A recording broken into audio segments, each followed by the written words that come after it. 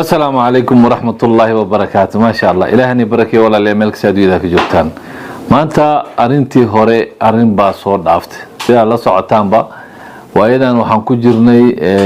حلفدو وحن كجرني بعد مس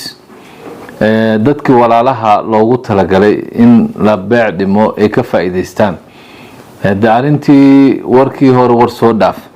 asxaabta waxaan la wadaagayaa in dadki macaamiisha ay soo bateen budgetkii loogu talagalay beec dhimista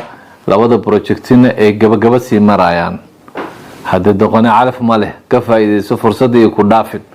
dadki walaalaha aad bay uga faa'iideysteen holidayga dad badan ayaa nala soo xiriiray kalantiyo badan oo kala nooca ajaanib iyo Soomaaliba wax bay naga iibsadeen marka guriyihii loogu talagalay 120 bari inay ku dhamaadaan waxaan filayaa inay ka yar ku